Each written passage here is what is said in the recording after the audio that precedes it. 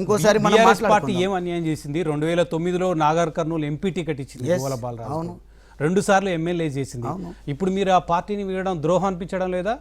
నేనేమన్నా తక్కువ చేసినా తెలంగాణ రాష్ట్ర సమితికి, బీఆర్ఎస్ పార్టీకి, అదేవిధంగా మా అధినాయకత్వానికి ఏమైనా దోకా చేసినా, లేదంటే వాళ్ళ నమ్మకాన్ని వమ్ము చేసి నేను ఎక్కడైనా అమ్ముడుపోయే ప్రయత్నం చేసినా? ఎస్, అమ్ముడుపోయే ప్రయత్నం చేశారు.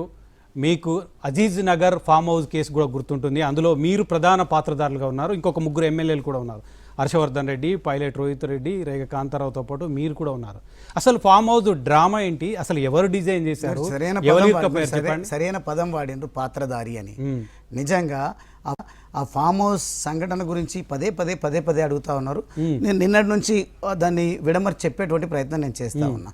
ఫామ్ హౌస్ సంఘటనకు సంబంధించి నేను మునుగోడు ఉప ఎన్నికల్లో పార్టీ ఆదేశిస్తే నేను ఉప ఎన్నిక ప్రచారంలో నిమగ్నమై ఉన్నా.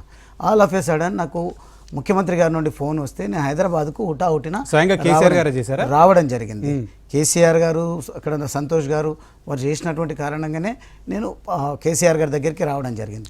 వచ్చిన తర్వాత 3 రోజుల పాటు మనం ఏం చేయబోతా ఉన్నాం, ఏం జరిగిందని చెప్పకుండా 3 రోజులు వారి దగ్గర నన్ను అక్కడే ఉండమని చెప్పి 3వ రోజు నాకు ఒక విషయాన్ని తెలియపరిచిండ్రు.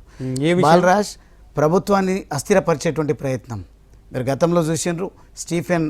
స్టీఫెన్సన్ విషయంలో అప్పుడు అస్థిరపరిచే ప్రయత్నం చేస్తే మిమ్మల్ని అందరూ ఎవరు ఏ రకంగా ప్రేరేపించినా మీరు నిబద్ధతతో నిలబడ్డారు కాబట్టి అప్పుడు ప్రమాదం నుండి బయటపడ్డాం. అదేవిధంగా ఇప్పుడు మరొకసారి ఉప ఎన్నికల్లో గెలవాలనే ఆలోచనతోననే మన వాళ్ళను కొనుగోలు చేయాలనే ఆలోచనతో ఎవరో ప్రయత్నం చేస్తున్నారంట. ఎవరు ఏది అని అడగాలని అనుకుంటే అడుగు, నేను చెప్పే ప్రయత్నం చేస్తా.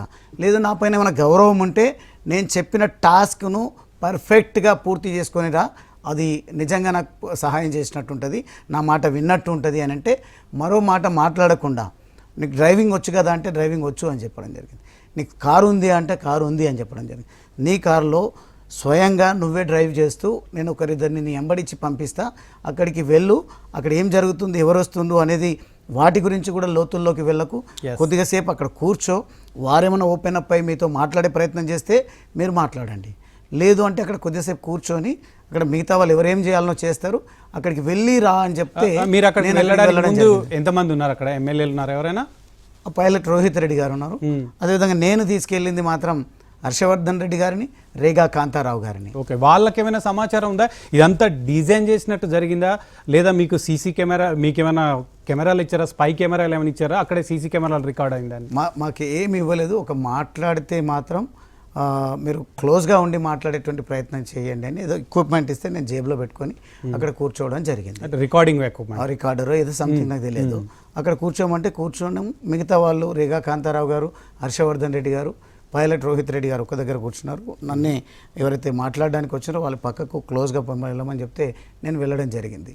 కానీ హర్షవర్ధన్ రెడ్డి గారికి, కాంతారావు గారికి, అదేవిధంగా పైలట్ రోహిత్ రెడ్డి గారికి ఎవరైనా ఫోన్ చేసినరా లేదా తెలియదు. కానీ నాకు అర్థమైంది ఏంటి అని అంటే వీరికి కూడా ఎవరైనా ఫోన్ చేసినరా లేదా అనేది మాత్రం మరీ ముఖ్యంగా హర్షవర్ధన్ రెడ్డికి, అదేవిధంగా రేగా కాంతారావు గారికి చేసిన విషయం చేయని విషయం నాకు తెలియదు. కానీ రోహిత్ రెడ్డి గారిది ఫామ్ హౌసే కాబట్టి వారికి ఏమైనా సమాచారం ఉండి ఉండొచ్చు. వీరు వెళ్ళేటప్పుడు మీరు ఏమాత్రం చర్చించుకోకూడదు.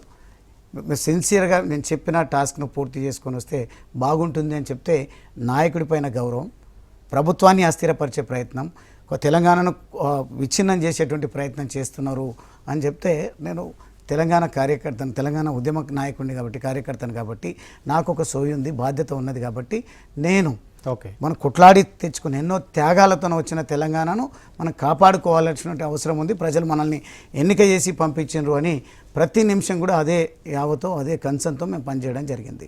కానీ ఎవరు కొనుగోలు చేయడానికి వచ్చిండ్రు, ఎవరు అమ్ముడు పోవడానికి వచ్చిన సంగతి మాత్రం నాకు ఏమాత్రం